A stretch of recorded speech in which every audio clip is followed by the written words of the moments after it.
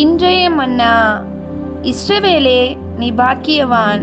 கர்த்தரால் ரட்சிக்கப்பட்ட ஜனமே, உனக்கு ஒப்பானவன் யார்? உனக்கு சகாயம் செய்யும் கேடகமும் உனக்கு மகிமை பொருந்திய பட்டயமும் அவரே. உன் சத்துருக்கள் உனக்கு இச்சகம் பேசி அடங்குவார்கள். அவர்கள் மேடுகளை மிதிப்பாய். உபாகமம் 33 29 ஜெபம்.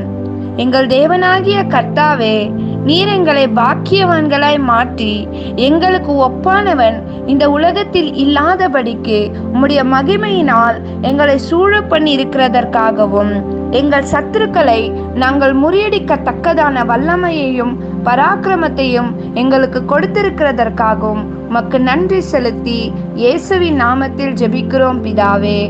ஆமேன்.